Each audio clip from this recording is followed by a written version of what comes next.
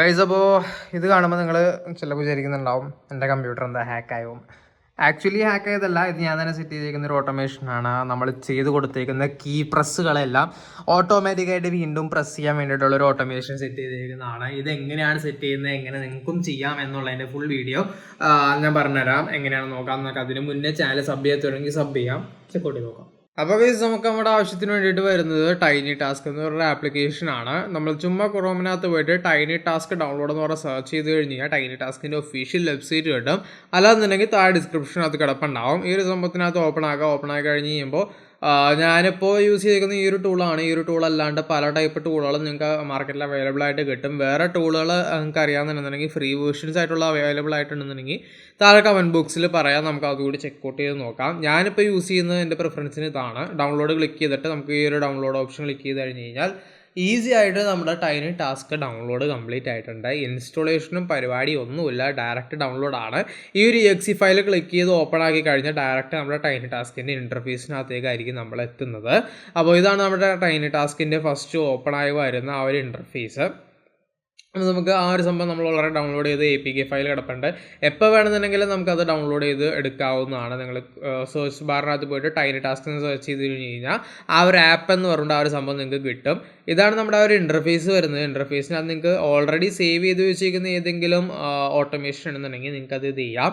REC video ഫയലായിട്ടായിരിക്കും ആ ഒരു സംഭവം കിടക്കണേ. ഓപ്പൺ ചെയ്ത് കഴിഞ്ഞ് നിങ്ങൾക്ക് ആ ഒരു സംഭവം പ്ലേ കൊടുത്തു കഴിഞ്ഞ് കഴിഞ്ഞാൽ ആ ഒരു ഇത് പ്ലേ ചെയ്യാം. ഇനി നിങ്ങൾക്ക് ഏതെങ്കിലും റെക്കോർഡ് ചെയ്യണമെന്നുണ്ടെന്നുണ്ടെങ്കിൽ റെക്കോർഡ് REC ബട്ടൺ ക്ലിക്ക് ചെയ്യുക, റെക്കോർഡ് ചെയ്യുക.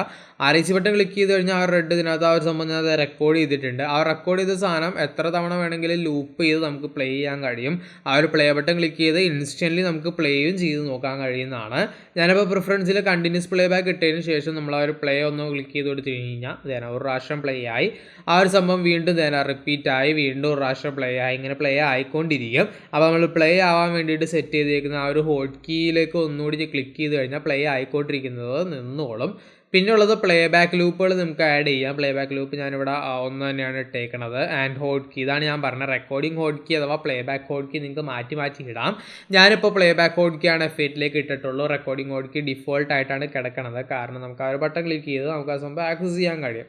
അപ്പോൾ അത്രയാണ് നമ്മുടെ മെയിനായിട്ട് ഈ ഒരു ഇൻ്റർഫേസിനകത്ത് വരണത്. ഇനിയിപ്പോൾ നിങ്ങൾ ഈ സെറ്റ് ചെയ്തേക്കുന്ന ഓട്ടോമേഷൻ സേവ് ചെയ്യണമെന്നുണ്ടെങ്കിൽ സേവ് ബട്ടണിൽ ക്ലിക്ക് ചെയ്തിട്ട് ഫയൽ നെയിം അടിച്ച് സേവ് കൊടുത്തു കഴിഞ്ഞ് കഴിഞ്ഞാൽ ആ ഒരു ഓട്ടോമേഷൻ സേവ് ആയിട്ടുണ്ടാകും. നമുക്ക് എപ്പോൾ വേണമെന്നുണ്ടെങ്കിലും ആ ഒരു ഓട്ടോമേഷൻ ലോഞ്ച് ചെയ്യാം. അല്ല എന്നുണ്ടെന്നുണ്ടെങ്കിൽ നിങ്ങൾ സേവ് ചെയ്യാണ്ട് കടന്നു വെച്ചാൽ ഓട്ടോമേഷൻ ആണെന്നുണ്ടെങ്കിൽ ഈ ഒരു ആപ്പ് ക്ലോസ് ആവുന്നതോടുകൂടി ആ ഒരു ഓട്ടോമേഷൻ നിങ്ങൾക്ക് ലോസ് ആവുന്നതാണ്, ഓട്ടോമേഷൻ കിട്ടൂല. പിന്നെ ആ ഒരു ഓട്ടോമേഷൻ നിങ്ങൾക്ക് exe ഫയലായിട്ട് കൺവേർട്ട് ചെയ്യണം എന്നുണ്ടെന്നുണ്ടെങ്കിൽ ആ ഒരു exe ഫയലിൽ ക്ലിക്ക് ചെയ്ത് ആ ഒരു ബട്ടണിൽ ക്ലിക്ക് ചെയ്ത് കഴിഞ്ഞാൽ exe ഫയലായിട്ടും കൺവേർട്ട് ചെയ്ത് കിട്ടും.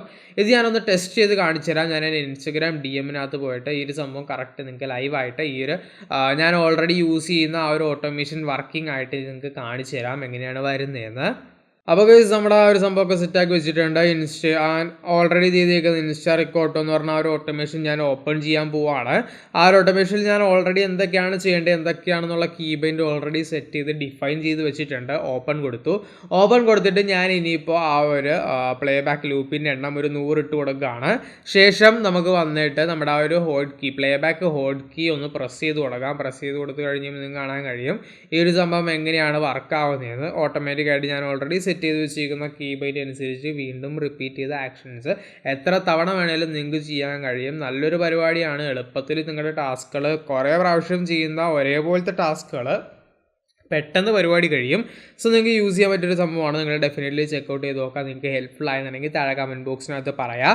നിങ്ങളുടെ ഫ്രണ്ട്സിനോട് ഷെയർ ചെയ്ത് കൊടുക്കാം. ചാനൽ സബ് ചെയ്യാൻ മറക്കരുത്. അടുത്തൊരു നല്ല വീഡിയോയിൽ കാണാം. By. Anything you want, anything you need. Your mind's got the key ingredient, it's belief. They'll deceive with the negativity, but I just slide right by